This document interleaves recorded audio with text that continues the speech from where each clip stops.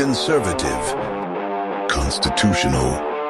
It's the Andrew Cooperrider Show, keeping you informed on what's going on right here in Kentucky.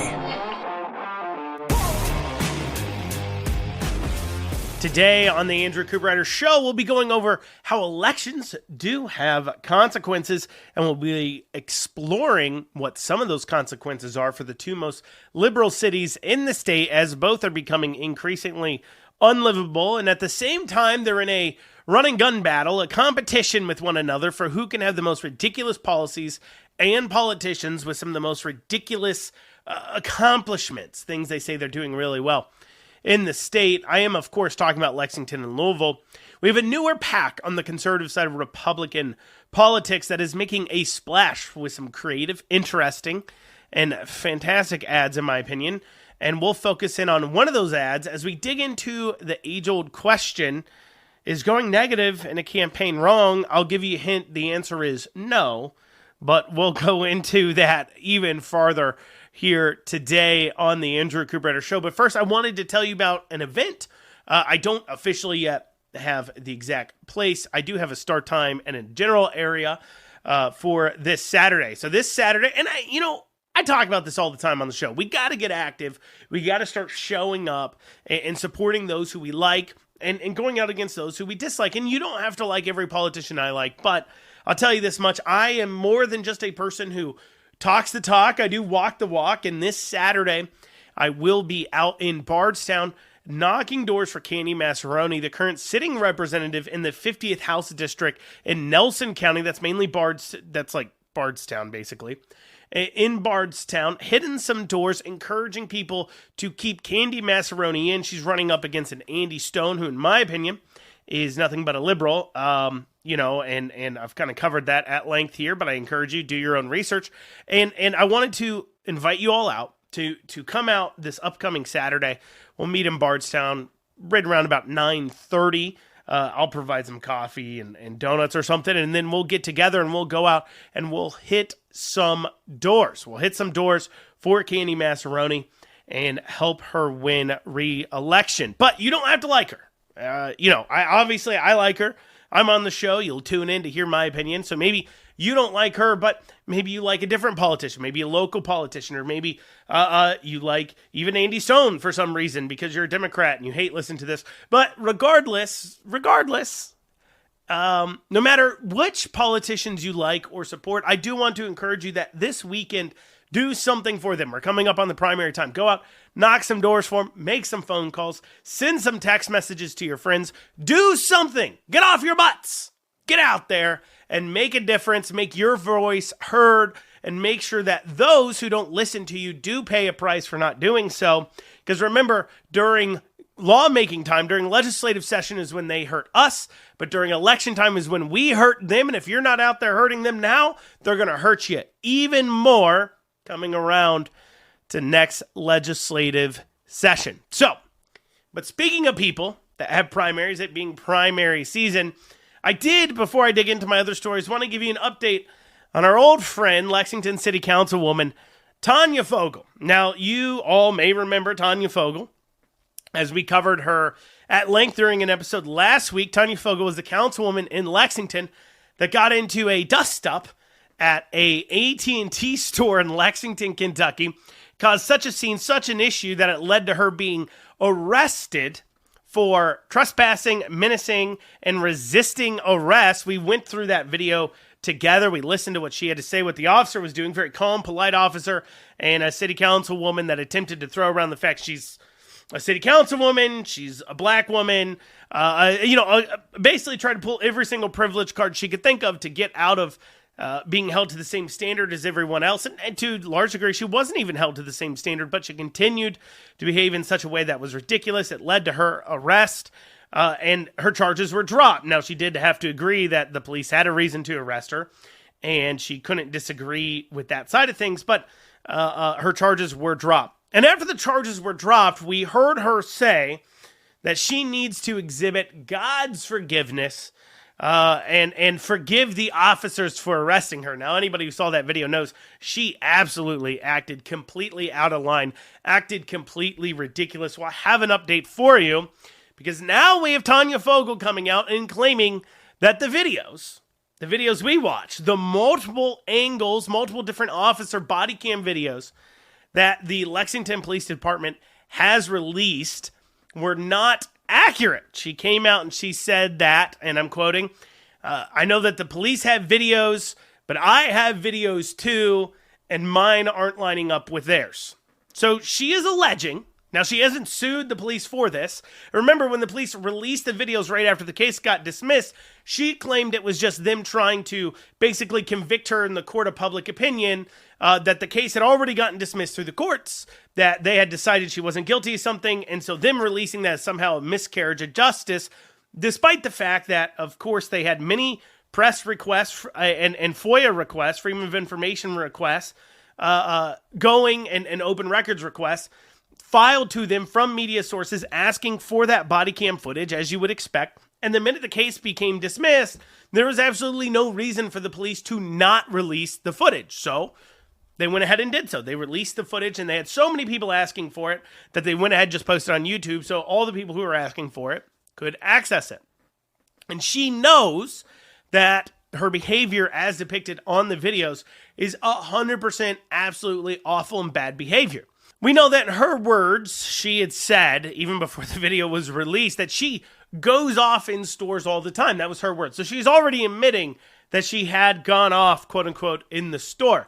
Then the video comes out, and instead of saying, I badly behaved, I apologize, that isn't me, it was a stressful time, whatever excuse she could make for her behavior, instead she simultaneously managed to offend the police officers and then say that that wasn't even her on the video, that wasn't accurate. You know, it's like you're watching an episode of Cheaters, if anybody's ever seen that, where they literally show video of the person cheating on their spouse, and they're like, that ain't me. That ain't me. That's somebody else. I don't know who that is. That ain't me. Oh, they're driving around in my car. That isn't me. It's like that song. Just, she caught me red-handed. It wasn't me. You know, by Shaggy. Anyways, maybe some of you don't know the reference. Anyways, point is that she is just denying now that the videos are even accurate. But by saying that, she is saying that she knows the behavior depicted in the videos is absolutely 100% atrocious. And even with her claims that the police have somehow doctored footage and then released it to make her look bad, we have not seen her file a lawsuit against the police, though. So to recap, she admits to causing some sort of scene. She then says now the police has doctored the video and it's fake. And despite releasing several officers' body cams, different cams, she's concocted up a giant conspiracy, which, by the way, this conspiracy would be huge. This would be a gigantic conspiracy if the police really did doctor body cam footage to make a sitting councilwoman look bad. This would be like national news story level type conspiracy stuff. And that's what she's alleging. Now, she does have a primary coming up. She has a primary coming up, and elections have consequences. And I know I'm hoping for a lot to hope that the first Lexington City Council district takes a look at this and say, you know, I like leftists, but I don't like this leftist. But even if she hadn't just made an absolute mockery and fool of herself in an AT&T store and sent a clear message to all police officers exactly what city council thinks of them and the voters think of them as long as they keep her on, she's got a history of issues that should lead to constituents getting rid of her in the first place. And that goes into the general policies we have in Lexington. And we'll be discussing more of that. And it's a thing for the whole state because these policies are affecting the entire state. We see them in Lexington, Louisville, Frankfort sometimes. And so we'll be covering that after this short break. You'll listen to the Andrew Cooperrider Show, your source for Kentucky politics. We'll be back in a few short minutes. And you are back with the Andrew Cooperrider Show, your source for Kentucky politics. And today's theme is that elections has consequences, and we were going over Tanya Fogle. You may remember the video, and I kind of covered that last segment. But to recap, in the first city council district, just to kind of cover everything she's done, in case people are unaware, outside of the whole police video and everything else going off, let's see, she's yelled at her own constituents for calling the police when homeless people trespass and destroy their private property. She yelled at her constituents for that. Came out on TV chastising them for that. She fought for your tax dollars to fund showers and bathrooms for the homeless in downtown Lexington, turning that corner there, for those of you who know Lexington area at all, that's across from Lyric Theater, turning that into a giant public bathroom shower area paid for by both state and local tax dollars, because she thinks that's what homeless people just need to turn their life around. Because, like, you know, homeless people can't find a place to shower. Like, if that was all that was really needed, well, the homeless problem would be solved tomorrow. Give them a shower, place to use the bathroom. Suddenly, you know, they don't have all the issues going on that have made them homeless. Fantastic. We'll just get on with that. But of course, that doesn't solve the issues, which goes into why it's such a waste, because there's much deeper issues going on. I mean, we've got people who are making personal choices, and without taking away a lot of liberties and freedoms, how do you make up for the fact they're making those personal choices, like deciding to engage in addiction and not engage in recovery, deciding to not get mental health treatments? And you can say, well, they're not really deciding, it's diseases or what have you. But at the same time, though, do they have the choice to get those treatments or not? Until a whole lot of people start to become very comfortable with the idea of forced rehabs and forced committing to mental health facilities, you're just, you know, showers and bathrooms is a waste of money. It's not going to solve any problems. It's actually going to attract more problems into your district, because I you know, not trying to be offensive here, but not to compare homeless people to stray cats, but much like stray animals, if you feed them, if you water them, if you give them a safe place to be, you attract them to that area. And I'm not saying that we shouldn't necessarily provide that for homeless people, and everybody's got their own different views on that. But if we're going to, if you do believe that that is something we definitely need to be doing and paying that out of the taxpayer pocket, I believe it's something we should be doing. But I believe that people as individuals should be choosing to give to that charity, and that government funding that charity is awful. That's how we get so much waste in the system.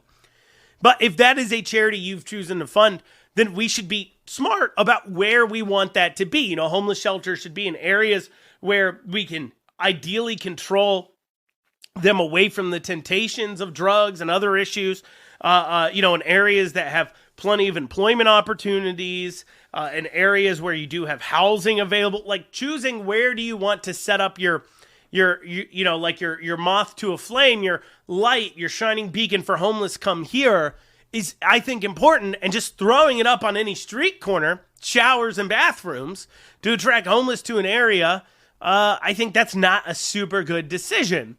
And it's a waste of money, and it doesn't solve problems. So she pushed for that. I mean, she literally threw a fit about a seating chart being racist. It was just numbered 1 through 15. She called that racist because all the black people and minorities ended up on one side, even though, like, literally 75% of the Lexington City Council is a minority. But anyways, somehow ended up on one side that wasn't even accurate. And then she started to cry because she would have to walk too far to the door. I'm not joking. That really happened. And when you have people in these liberal cities, you would hope that they look at that and realize, oh gosh, this is why, like, my community sucks. I mean, these liberal cities in Kentucky are getting more expensive, more inefficient with our tax dollars. And these elections that these people are engaging in have consequences. Have consequences, and that creates policies. And you see many failures on their side. I mean, right now, you see the city of Lexington celebrating the fact they built 5 affordable housing townhomes to move 5 families into. That took a year. Over a year it took them to build 5 townhomes. Literally, down the street from me, they built 10 townhomes in the last 4 months from scratch. And then on top of that, they're promising them all these extra resources in order to help move them from poverty to prosperity. But can I seriously ask a question? Once they're living in a home that's rent-free, all utilities paid for, outside of maybe childcare, what else would they need? I mean, they're offering them things like job counseling and these things, and there's so many jobs out there. I mean, you've got a stable residence at that point. Your utilities are paid. Childcare is taken care of. Get off your butt and go get a job. You don't need any more taxpayer assistance at that point, certainly. You know, we can argue over whether or not they should have even gotten that much, and that's a discussion. But certainly we should all agree, well, childcare's covered, housing's covered. What more do you need? Go provide for yourself. But of course, there's plenty of liberals out there who'll continue to make excuses for these people. But those excuses that they're making is now costing them money, and the piper needs to be paid. And so we have this coming. A group of voters is gathering in central Kentucky to try and fight property taxes from being raised so much because, in the central Kentucky area, especially Lexington, the central Kentucky area, we've been seeing huge, gigantic property tax increases. And so what they're trying to do is put together solutions going to the state legislators at the state level, asking them, hey, can you do something about how much our property taxes are getting raised by? And it's kind of hilarious that you now have realized, oh man, we've been voting for these awful liberal people who have literally now taxed us into the ground where we can't literally even afford to live in houses we quote unquote own. So we're going to go to the state legislature to ask them to pass laws to stop Lexington from raising too much in taxes too quickly, or Louisville or any of these other cities from raising too quickly. Instead of taking a look and saying, it's not just the property valuations though. It's because you have a bunch of taxes on you. I mean, take Garrett County, for example. What taxes does Garrett County pay on their property tax? You'll see things like, the library, county government, county government, various county and city resources, right? But when you go to Lexington or Louisville and you look at the property tax bill, you have all kinds of extra things you're paying. You're paying for, Lextran and the busing system you pay for on your property tax. You have, your health department paid for on your property tax. You're paying for that. Additional categories are added on to increase your property tax bill beyond just assessing the value. And I mean, what happened? They added that tax on in the early 2000s for the busing tax in Lexington. And what did the city do? Well, I guess we'll keep voting for even more liberal people to lead us. That sounds like a great idea. And then you wonder why we have such high taxes? I'm saying I live in Lexington. I get it. But that's why. Keep voting for the same thing, you'll get the same result.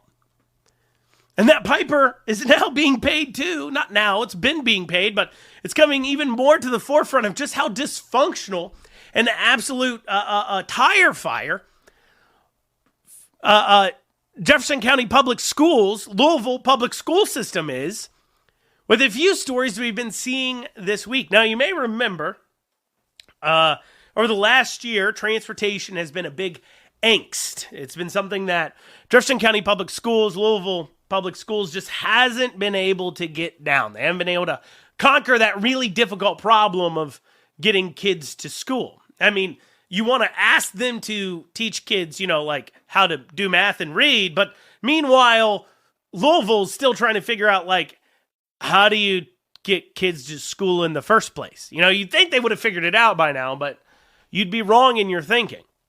And so with this in mind, they're looking at start times. But to remind you of where we are, they started out this school year having delayed school several days because they created a new bus routing system using a software that was already fired from several cities because it didn't work. But then they decided to pay hundreds of thousands of dollars for the same software system to create routes for them, routes that apparently they never gave to the bus drivers to learn until a day before. So come busing day, come day to pickup, they're trying to understand their routes, and it turns out it has them crossing 6 lanes of traffic at times. It's extremely inefficient. It didn't work, and it fell apart so much so that they had to delay the start of school by several days as they remade new routes trying to make it work. And then you had a Louisville bus driver, quote-unquote, unofficial sick out, because, of course, you can't officially organize those things, but a sick out in order to draw attention to the fact that not their pay wasn't the issue, but their working conditions. They had awful routes that were long. They were working really long hours. And to cap it all off, they had absolutely horrible, awful children to deal with. And then we see, just a few weeks ago, Jefferson County Public Schools decide to cut busing to literally like thousands of students. They're just like, look, we can't take you to school anymore. You're going to have to find your own way there. We just can't do it. And this is despite the fact that at the state legislature level, I mean, this is what makes it funny for the Lexington group to come together and say, state legislators, come solve our problems. Because at the state legislature level, they've literally done everything to help solve Jefferson County Public Schools busing problems. They have funded them more, 100% funding now to their transportation system to the tunes of like millions more a year. They've increased the SEEK formula funding. They have loosened up regulations to allow different transportation options, and they mandated there be put in place and allowed to be put in place a bus disciplinary system in order to answer those bus drivers' issues with discipline on the bus, causing them to quit. So literally everything JCPS needs to address each of their problems: funding, easing up regulations, and answering the bus drivers' greatest claim that they needed. And JCPS instead cut thousands of students and is now creating quite a lot of angst with their start time proposals. We'll be going over that after this short break. You're listening to the Andrew Cooperrider Show. And you are back at the Andrew Cooperrider Show. And before the break, we were talking about how Jefferson County Public Schools, that's the public school system up in Louisville, has been having a lot of issues with transportation. A lot of woes, a lot of parents very upset. I mean, honestly, JCPS is doing more to sell the school choice amendment than any single PAC or political activism group could ever do to sell why you'd want school choice. And so JCPS recently is making headlines again with a new transportation woe, and that is they're looking at new start time situations, okay? So let's see how absolutely just idiotic and what nitwits the leadership is at JCPS. Remember, too, the superintendent there just got like a 30% raise. But anyways, so this is from Louisville Public Media. I quote, the JCPS, the Jefferson County Board of Education, sorry, it's JCBE. I was wondering what it stood for. The JCBE plans to vote at its meeting Tuesday on a plan to reconsolidate Jefferson County Public Schools' 9 start times into 3, 7:30 a.m., 8:40 a.m., and 9:40 a.m. What is actually wrong with JCPS? They had 9 different start times? Like almost all districts in the state have 2 to like 4. But not JCPS, no. They have to more than double that to 9. How does that happen? How do all these districts handle the amount of kids they handle? And you can't just break it down into those chunks all around the city. Why doesn't that work? I don't understand. How do you get to 9? And remember, we're not talking about a funding issue outside of transportation being now 100% funded. JCPS is spending $23,000 a student. 9 different start times is their solution. Or they're looking to fix that, though, and have kids starting as late as like 10 a.m. in the morning. Now, keep in mind, JCPS has an attendance problem. That's one of their big problems. When on their list of problems, they say like, hey, we can't like get kids to school. But even once we can get kids to school, well, we have a problem with the kids actually deciding they do want to, in fact, show up. So, you know what would solve that? JCPS says, how could we solve this? I know. What if we make it to where the start time isn't like till hours after parents have already went to work? So that way, even if you have a responsible parent who does care about their kid going to school, maybe their kid's unruly, falling in with a bad crowd, maybe it's a single parent doing the best they can, whatever the sob story is, but maybe they are a good parent, or they want to be at least, and they just have a kid that they're trying to get through school. And they have an attendance problem. And the number one way to solve that, when you have a parent that pays attention, wants their kid at school, is to have the parent engage in getting the kid to school. But how can you do that when it's at 10 a.m.? I mean, I had some pretty good parents. I did. I do. They're still alive. So don't get me wrong. I had pretty good parents. Like, definitely not bad. Like, I had siblings. We all turned out okay. None of us have gone to jail. Which is, that right there. If you're like, hey, I've had several children and none of them went to jail, you're doing pretty good, in my opinion, in this modern time. I mean, you're definitely above average. So I had good parents. But if like high school started at 10 a.m. when I was driving myself to school, do you have any idea how many times I would have missed school because I just slept too long because I wasn't having to get up at the same time they were? And they weren't there kind of to help keep me accountable because, I'm a 16-year-old kid that doesn't want to do something. So, of course, I need to be held accountable.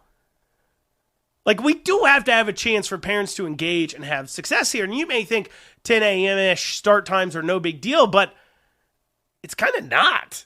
I mean, there's also another problem here, too, which is which school's actually going to go in the latest and which one's going to be the earliest. Because, I mean, let's say you have, I don't know, high school go first. Well, there's still an hour and 10 minutes between the first start time and the second start time, and an hour and 10 minutes or so between the next one.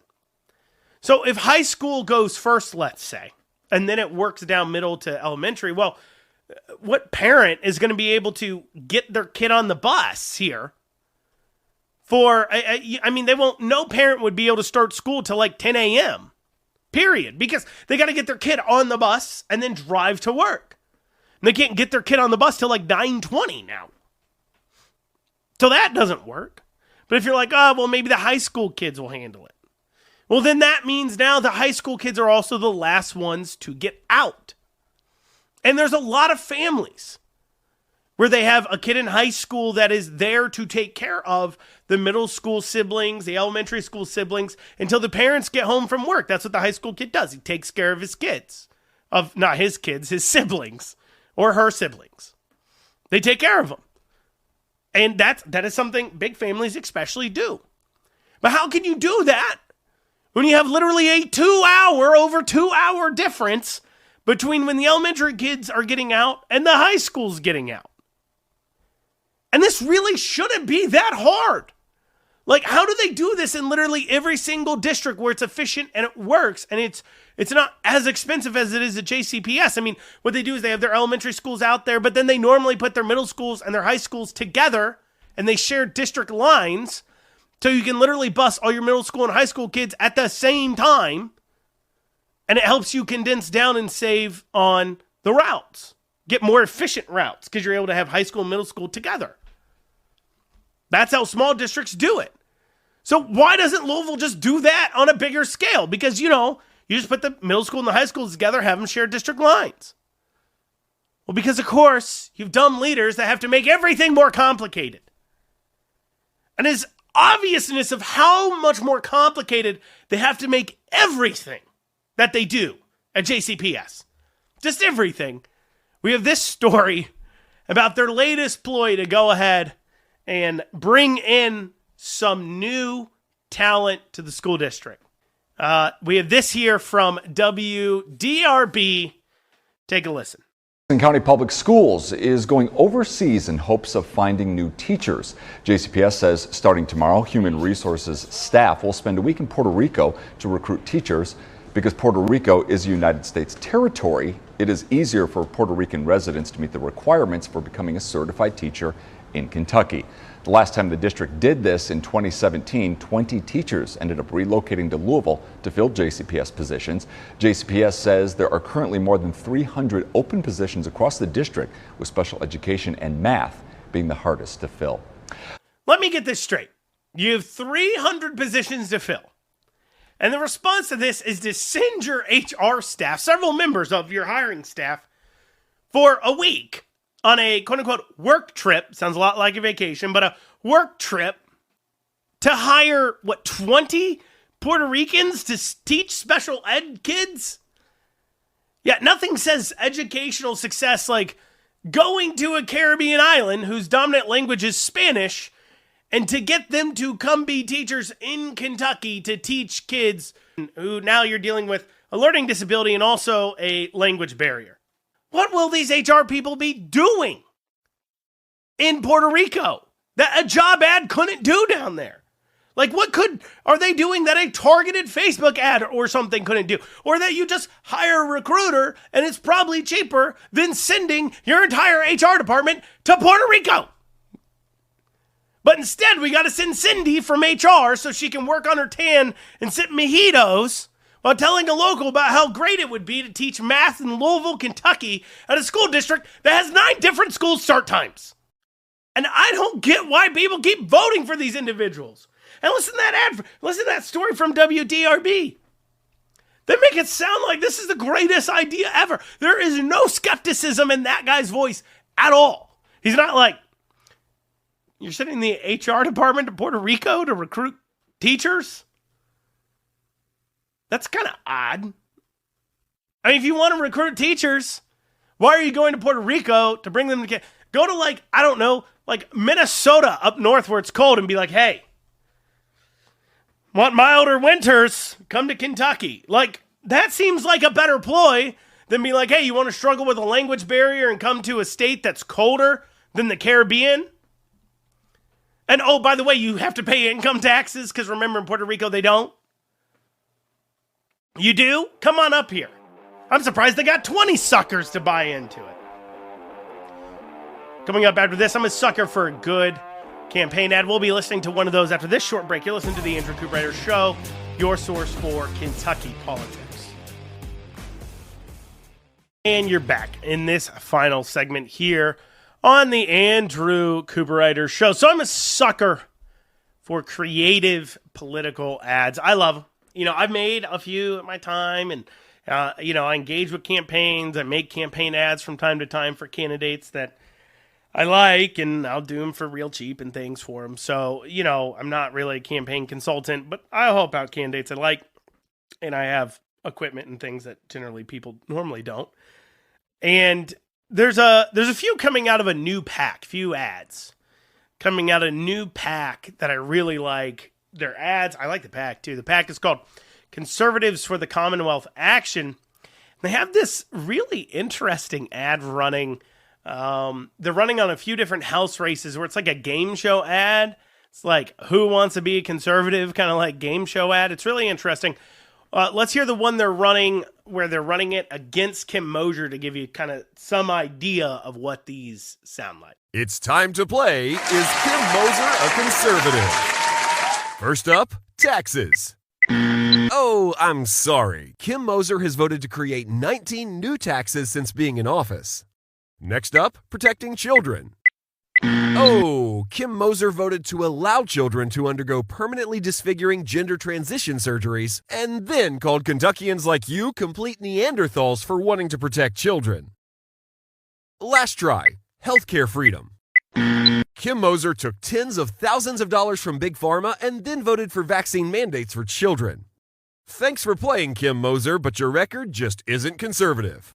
On May 21st, say no to liberal Kim Mosier. Conservatives for the Commonwealth Action is responsible for the content of this advertising. Now, I think that's a pretty funny and creative ad, but it does get an important point across, making it clear, look, here's these people's records. This is how they voted. This is what they did, and they're citing their sources. You can go look them up yourself. And I encourage you, always go check sources yourselves, because anybody who's listened to the show for a while has seen where I've had plenty of times where I've called out these mailers where they're citing sources that then you go look at, and it's nothing like what they said. I mean, like yesterday even, when I was calling out the attack ad that the Senate Republican Caucus Campaign Committee sent against Lynn Beckler, attacking him for voting the same way in a bill that literally they did, a Republican-backed bill that they called liberal. And so, and I encourage you to check out those sources, and what you'll find is, at least on all the campaigns and issues I tend to get involved with, their records, their sources are accurate. What they're saying is very, very accurate. Now, it does, though, wade into this age-old question for some people that they just don't like attack ads. They're like, I don't really like attack ads. I like it when campaigns are just really, really nice to each other. And I got to tell you, I'm not trying to be mean, but for those of you who don't like negative campaign ads, you're like, I don't like all the negativity in politics. in case you can't tell by my mocking tone, kind of like, you kind of got to get over it. Because, don't get me wrong, there are a few things that cross the line, and a politician can absolutely 100% cross the line. A PAC can cross the line in their attacks. Like, it can be too much. But, to just sit there with a blanket kind of thing of like, well, I'm not going to run a negative campaign, or I don't like it when people run negative campaigns, is just patently ridiculous. I mean, first, if you're running against an incumbent, for an example, not only do you have every right to call out their voting record, you have a responsibility to call out their voting record. Why? Because if they had a good voting record, a voting record you agreed with, then why are you running for office in the first place? I would hope if you're running against an incumbent, you're able to tell me this is what they did that I wouldn't do. Otherwise, why would I ever support you instead of them? You should be able to point at their record and say they are failing on Republican and conservative issues, and here they are. Because, like I said, if you thought they were doing a good job, then don't bother spending your time running for office. And then second, let's say it's an open seat. Let's say you don't have a person taking on an incumbent. Let's say it's just an open seat. Let's imagine, I don't know, you had like somebody running for this open seat. I'm just going to make up a name. Let's call him like Joe Biden. And let's imagine that old Joey B's son, this is going to take a stretch of the imagination. This could never really happen. But let's imagine that old Joey B's son was taking in tens of millions of dollars from foreign-owned companies and taking in millions from a specific foreign-owned company in a specific country that old Joey B was in charge of the American policy involved in that country and could exert influence over the politicians and elected officials in that country, and did so in order to help the company that Joey B's son was working for. Now, if he didn't have a campaign out there to inform you that that's what happened and that is what was going on, how would any of the voters know? What do you think? You think maybe the media would tell you about it? But like, let's say, hard to believe, I know, but bear with me. Let's say like all the media got together and decided that it was fake news story and they didn't want to tell you about it. And then you say, well, maybe the media wouldn't tell me, but, my friends would tell me about it. They'd let me know what was going on. And maybe they would, but let's say, and like I said, I know you got to stretch your imagination here, but let's say, I don't know, all the social media companies then got together and banned a totally true and accurate thing from being spread around on their website. Something I'm sure you would imagine they'd never do. Well, geez, who would tell you at that point? Unless there was some campaign out there to inform the masses about what's going on there, who would inform them? Do you think Joey B is going to tell you? You think Joe Biden's going to tell you? You think the candidate that's running is going to say, look at all the great stuff I've done. Now let me tell you how awful I am. Let me give you the compliment, bad thing about me, compliment sandwich. I mean, not everybody's Kristi Noem, who cops to killing puppies and goats in the same gravel pit on the same day, just because they looked at her funny. Not every politician is willing to admit to that kind of thing, which means you're going to need a campaign to inform the masses on what a person's downsides are, because that's an informed decision. When you're sitting down and you're comparing, okay, do I want to buy, and I know this seems so stupid, but it's just accurate, or not even buying. Let's just imagine you're hiring someone for a job, and you want to sit down, you want to look at the person you're hiring from the job, and you want to say, look, I'm trying to pick which person. They both have their pros and cons, but maybe a good thing to do would be to call up their references. And then you called up the references, and the references were like, nah, I'm not going to tell you anything. Nah, you call up a prior employer, and they're like, can't tell you that record. Sorry, that'd be too negative. Too negative. We don't believe in negative campaigning. Therefore, we don't share with you negative things about that future employee that you may decide to hire. Go ahead. Good luck. Hope you make the good choice. Would that be how you want to hire a person for a very important job? A job that determines, I don't know, how billions upon trillions of dollars is spent? I don't think you would. I do think a negative campaign, though, does need to stick to, like, political things. You know, don't go outside the realm too much. You know, keep it, there's reasonability. Like, for an example, I've seen times where it's 2020 and they're attacking a candidate for getting arrested for assault with the charges being dropped 24 years ago. So not only was he arrested for assault and then the charges were dismissed, but it was also a quarter of a century ago. So that really shouldn't even be a discussion. Like, that isn't a fair thing to... If you're digging into that bucket, you're dropping the ball there for sure. That's too much. That's too much.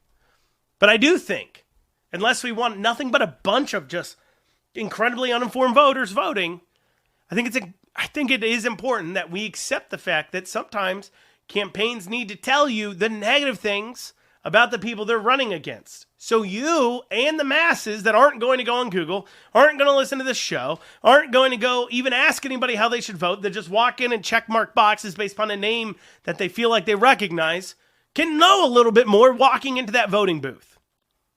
That should be something we should all agree with. So, that being said, negative campaigning. Get over it. Don't look at it as a negative. It is a positive to having a well-informed electorate. Well, y'all, that's what we have time for today on the Andrew Cooperrider Show. Hope you all have a great rest of your day. We'll see you back here tomorrow.